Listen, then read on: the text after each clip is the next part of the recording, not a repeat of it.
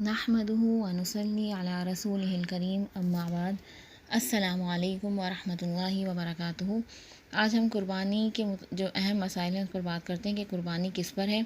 قربانی ہر اس عاقل بالغ مقیم شخص پر واجب ہوتی ہے جس کی ملکیت میں قربانی کے دنوں میں یعنی 10، 11، 12 ذی الحجہ میں سے کسی بھی تاریخ میں 52.5 تولے چاندی یا اتنی مالیت کا سونا یا سامان تجارت یا بنیادی ضروریات اور قرضے کے علاوہ کسی بھی شکل میں کوئی بھی سامان ہو۔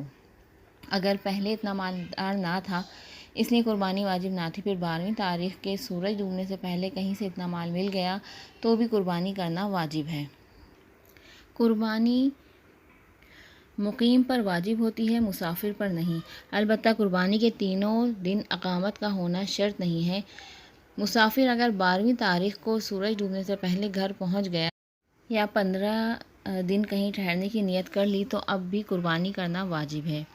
عام طور پر یہ سمجھا جاتا ہے کہ قربانی اور زکوٰۃ کا نصاب ایک ہی ہے اور یہ کہ قربانی اس شخص پر واجب ہے جس پر زکوٰۃ واجب ہے، لیکن یہ بات درست نہیں، بلکہ قربانی کا نصاب علیحدہ ہے اور جو اوپر مذکور ہوا، اس لیے ایسا ممکن ہے، بلکہ اکثر ایسا ہوتا ہے کہ ایک شخص پر زکوٰۃ تو واجب نہیں لیکن اس پر قربانی واجب ہے۔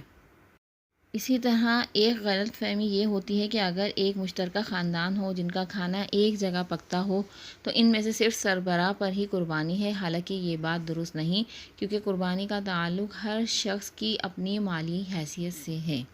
گھر کے جتنے افراد بیٹے، بہو وغیرہ صاحب نصاب ہوں ان سب پر اپنی الگ قربانی واجب ہوگی۔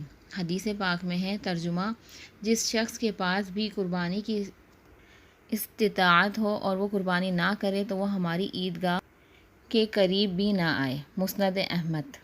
قربانی کا وقت: ذی الحجہ کی 10ویں تاریخ سے لے کے 12ویں تاریخ کے سورج ڈوبنے سے پہلے تک قربانی کا وقت ہے، جس دن چاہے قربانی کرے، لیکن قربانی کا سب سے بہتر دن 10ویں کا ہے، پھر 11ویں تاریخ، پھر 12ویں تاریخ۔ جزاک اللہ خیرا۔